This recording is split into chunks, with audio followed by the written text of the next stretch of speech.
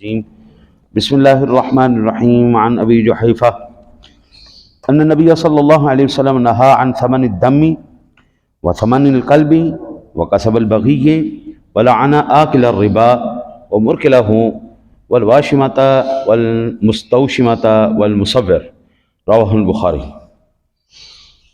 حضرت امام بخاری علیہ رحمہ نے حضرت ابو جحیفہ رضی اللہ تعالیٰ عنہ سے روایت کی ہے کہ نبی اکرم صلی اللہ علیہ وسلم کی ذات گرامی نے خون کی قیمت، کتے کی قیمت، زانیہ کی کمائی سے منع فرمایا ہے، اور سود کھانے والے اور کھلانے والے، گودنے والی اور گدوانے والی اور فوٹو لینے والی پر لعنت فرمائی ہے۔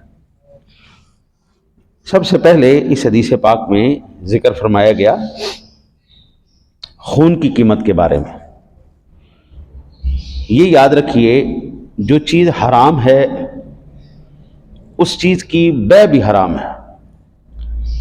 خون نکالنے سے مراد یا تو خون نکالنے کی اجرت ہے جس کو فصد لگواتے ہیں یا خون نکالنے والا، یا پھر خون کی اپنی قیمت کی بات ہے، ٹھیک ہے نا جی۔ خون چاہے انسان کا ہو چاہے جانور کا ہو، یہ دونوں ہی حرام ہے۔ اس کی پہلی دلیل یہ بخاری شریف کی حدیث پاک، اور اس سے بھی بڑی دلیل اللہ کا پاک قرآن۔ سورہ مائدہ شریف ہے، فرمایا حرمت علیکم المیتۃ والدم ولحم الخنزیر وما اہل بہ لغیر اللہ۔ اللہ تعالیٰ نے مردار اور خون یہ دونوں حرام کیا ہے۔ تو اللہ کے پاک کا نام اور نبی اکرم صلی اللہ علیہ وسلم کے فرمان کے مطابق یہ خون کی قیمت لینا دینا دونوں جائز نہیں ہے، بیچنا بالکل حرام ہے۔ آج کل جو خون نکال کر دوسرے انسان میں داخل کیا جاتا ہے، ایک انسان سے نکال کر دوسرے انسان کے اندر جو داخل کیا جاتا ہے، یہ بھی حرام ہے۔ انسان کے اجزاء کی خرید و فروخت ہو یا اعضاء کی ہو، آنکھ نکال کے دوسرے کو لگا دی، گردہ نکال کے دوسرے کو لگا دیا، دل نکال کے، یہ بھی حرام ہے۔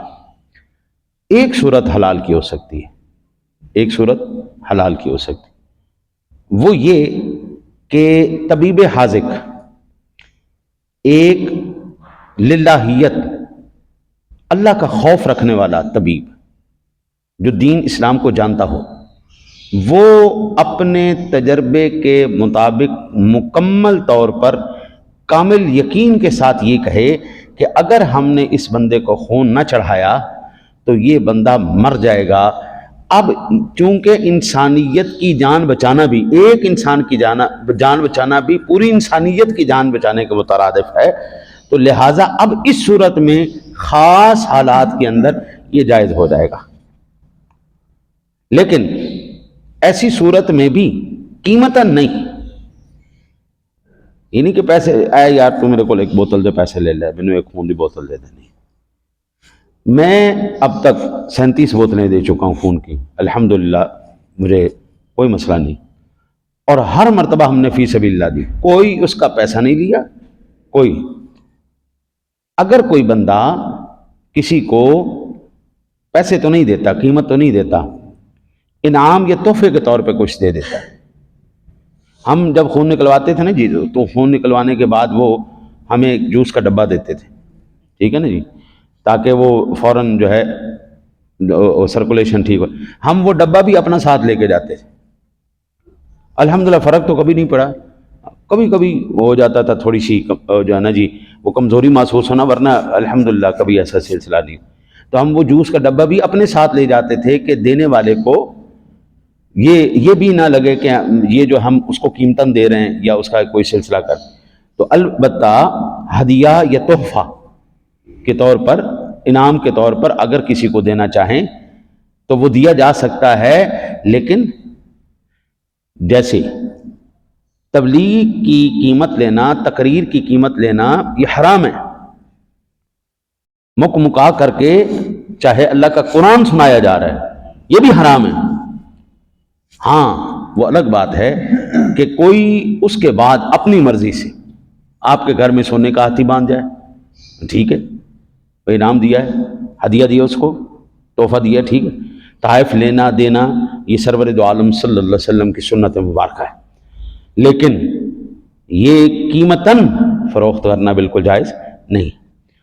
بعض چیزیں اگرچہ جائز نہ ہوں لیکن مخصوص حالات میں وہ جائز ہو جاتی ہیں، اس کو ہم کہتے ہیں اضطراری کیفیت، اضطرار کے اندر وہ جائز ہو جاتی ہیں۔ اب تو بڑا زبردست قسم کی وہ آ چکی ہیں ادویات، کان کے اندر درد ہو جائے اور درد نہ جا رہی ہو تو ایک عورت کے دودھ کے چند تک قطرے ٹپکانا یہ درست ہے۔ علامہ شامی علیہ رحمہ نے اس کو نقل کیا ہے کہ وہ جائز ہو جاتا ہے بطور دوا، ٹھیک ہے۔ اب یہ مخصوص کیفیت ہے، حالت، یہ عمومی بات نہیں ہو رہی، یہ خصوصی بات ہے۔ عام روٹین میں حرام جائز نہیں ہے، یہ اللہ کا پاک کا نام ہمیں ارشاد فرما رہا ہے، لیکن جب جان پر آ بنے تو اس صورت میں اس حد تک اس مقدار میں جہاں پر اس کی جان بچائی جا سکے وہ جائز ہو جاتا ہے۔ آپ نے اکثر علماء سے یہ مسئلہ سنا ہوگا کہ علماء کرام فرماتے ہیں کہ اگر انسان کو کھانے پینے کے لیے کچھ نہ ملے اور سوائے سور کے گوشت کے اور پینے کے لیے شراب کے علاوہ کچھ نہ ملے، اور اگر وہ یہ نہیں کھاتا تو مر جائے گا اور یقین کامل ہو گیا اس کو، میں مر جاؤں گا، تو اب اس حالت میں، اس مخصوص حالت میں، اس مقدار میں کہ اس کی جان بچ سکے، اس مقدار تک جائز ہوگا۔ یہ عام حالت کی بات نہیں ہو رہی ہے، یہ بات ذہن میں رکھنا ہے، یہ اس وقت کی بات ہو رہی ہے جب جان پہ بن آئے، بالکل اب یقین کامل ہو جائے کہ مر جائے گا، اب ایسی صورت میں اس کی جائز۔ میں آپ کو عرض کروں، بعض طبیب جو ہے نا جی فاسق فاجر قسم کے ہوتے ہیں ڈاکٹر، انسانیت تو مر گئی، بالکل مر گئی، بالکل ختم ہو گئی۔ میں الحمدللہ کئی چیزیں یہ دین کی برکت سے اللہ تعالیٰ نے مجھے پڑھنے کا موقع دیا، میں نے ادویات کو بھی پڑھا،